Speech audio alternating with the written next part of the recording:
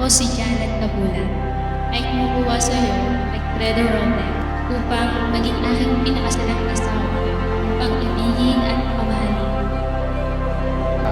Nagkakilala kami Sa sa work namin, magkatrabaho kami nung 2009. first impression ko naman sa kanya ay tahimik, Hindi naman ako madaldal eh. Tahimik kasi ako eh. maalalahanin kasi siya. Talagang iniisip niya yung kapakanan ng mga mahal niya. Pagiging humble niya, tinatanong niya ako kung ano yung kailangan niya daw i-improve. Following days, yun, okay naman na. Mahusay sa mga gawain. Doon nag-umpisa yung aming magkakaibigan.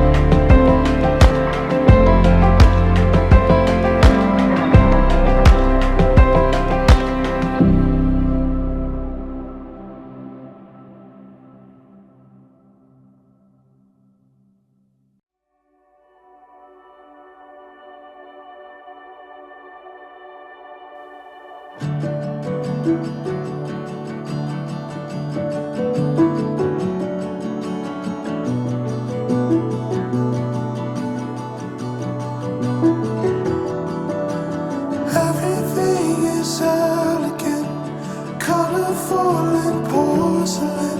We'll never feel this way again. We'll never feel this way again. Everything is eloquent, beautiful and innocent. I wanna feel this way again. I wanna feel this way again. Ayun, excited ako kasi matagal na namin plano, pinagpaplanuhan gamit na magpakasal. At ito na nga yun, kakasal na kami. You are fighting for, you are fighting for.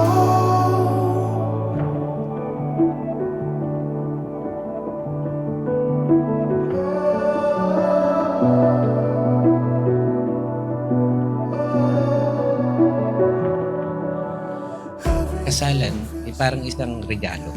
Kapag ka niregaluhan tayo, Janet, at Sek, ano yung damdamin ninyo? Siyempre, masayang-masaya, no? Yun yung una. Masayang-masaya kapag ka niregaluhan ka. Pagkatapos, ay pahalagahan mo to. Tapos iikan. This way again. You are fighting for, you are fighting for.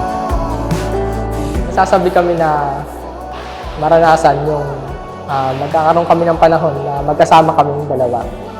Excited, tsaka masaya din. May mga goals kasi kami na gagawin, mga plano pagka, yun nga, after the wedding.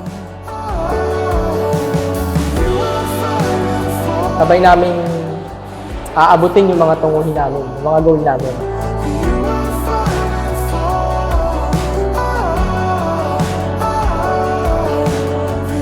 Sa tingin ninyo, kapag tatlo yung strand, mas mahirap mabalik. Kaya kung lagi nyong kasama si Jehovah sa buhay ninyo, sa mga goal ninyo sa buhay, lahat ay magiging matagumpay. Kahit may ilang mga problema na pwedeng pumasok. Ang gusto ko lang sabihin kay Janet ay talagang masaya ako na siya yung mapapangasawa ko. At natutuwa ako kasi mahusay siyang babae na handang tumulong sa akin. Nakakatuwang ko sa mga gawain. At syempre, makakasama ko sa paglilingkod ng Diyos na Jehovah.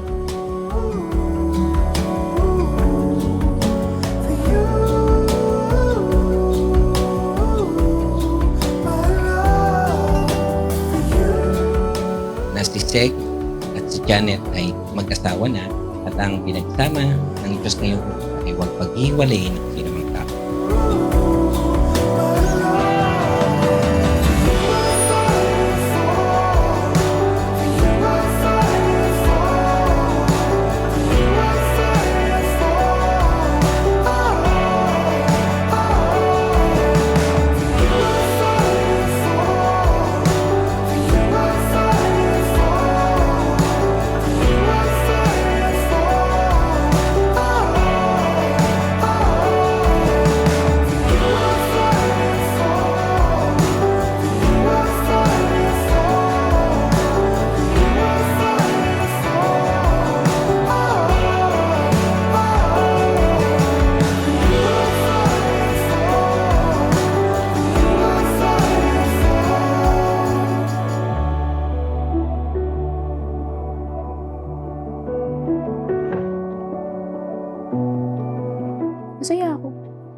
Seryoso lang talaga ako. Paano masaya?